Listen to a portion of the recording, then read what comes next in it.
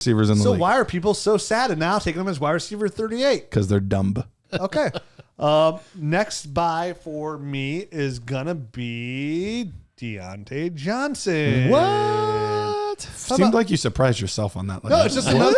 Well, again, It is? I was looking for like value at the young guys. No, right? I Like, love this one. I love this one. production. Like I'm not going to here and say Sky Moore. And again, we're not talking about these veterans, but Diontae Johnson's.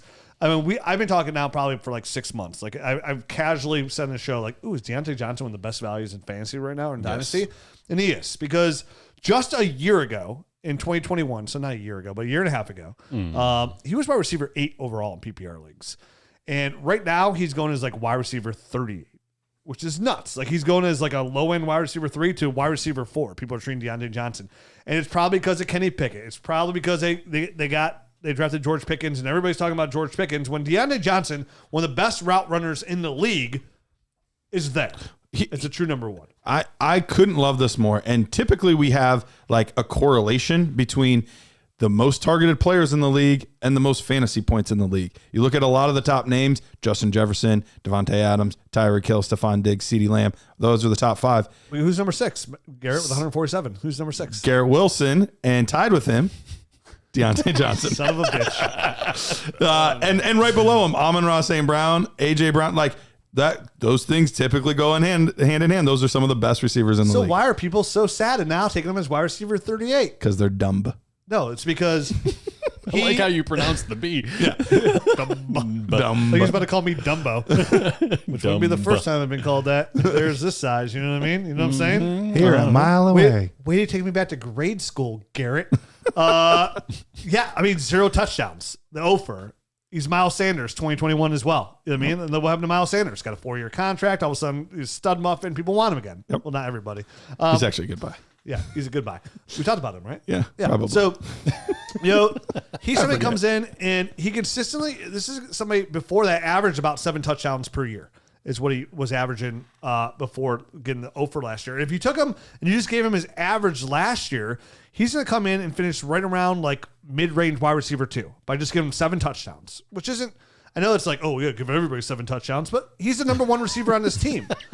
And you mentioned about Justin Fields, like Kenny Pickett's entering year 2 of this offense with a much better offensive line, a still crappy offensive coordinator, but maybe it's he can the turn same around. one at least. But at least it's the same one. They have George Pickens to help open things up, even though he's not going to get a lot of separation. They're bringing Allen Robinson as well. They have Pat Freiermuth. They're bringing a monster of Goliath to hold the door, and that's Darnell Washington.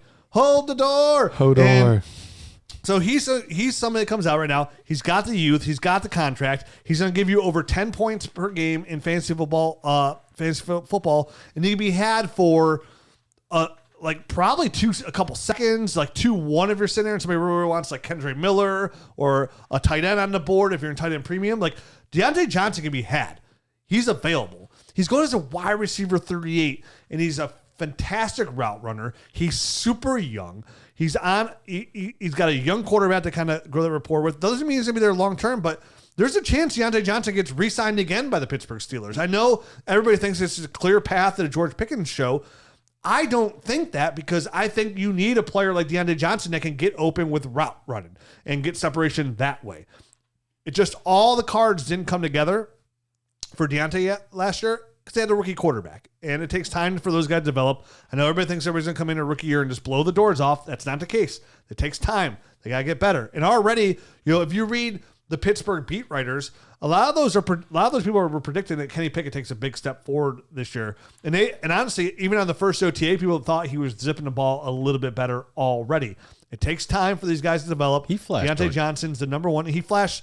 How many fourth quarter comebacks did Kenny Pickett have last year? He literally almost sent the Pittsburgh Steelers to the playoffs last year. So for me, any chance, again, I'm always looking for these opportunities to get these guys that have a down year for any reason, whether it be injuries or something like this, where it pops up where no touchdowns and their fantasy production drops off. It made Miles Sanders a buy as well.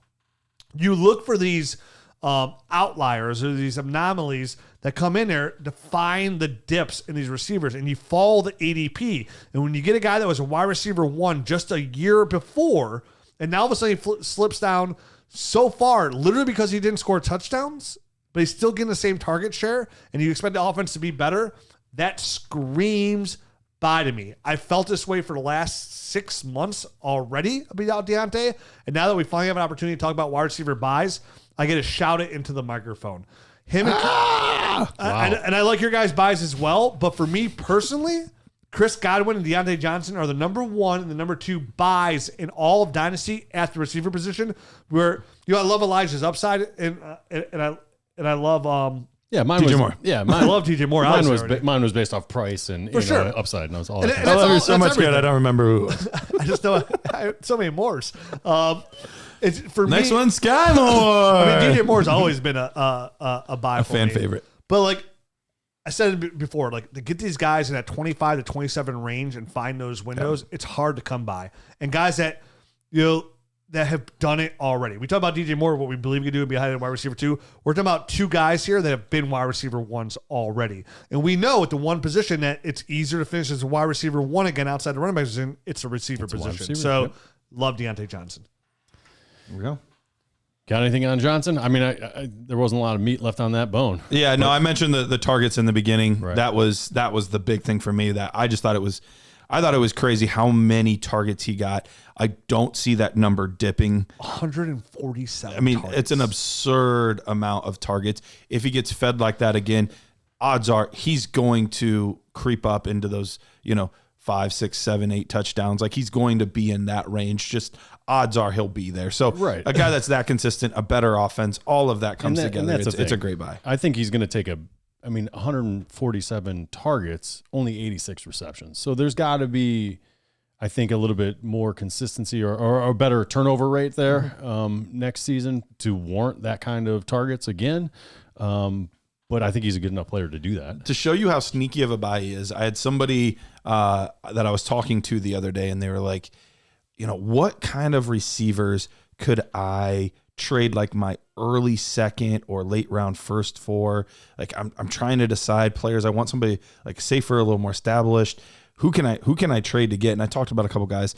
I was like, honestly, one of the best buys right now is Diontae Johnson. He's like, I forgot he existed. Like I literally forgot he was there. So like people have literally removed him so far from their mind that he's not even part of the equation for people anymore. And he could easily be a wide receiver. And ADP shows it easily. Right. The ADP shows it. It's why to me, it's why ADP is so important. It's not because like it's a Bible of your draft guide. It just shows you where the value is. And it shows you where the D value is too, where the sells is. I think he's the sells. number 1 guy. Like I double checked with you to make sure you were doing him because he needed to be talked about no matter what. Yeah, he was the first guy that was on my list when we texted out. He was immediately the number 1 guy on my list because he's a buy.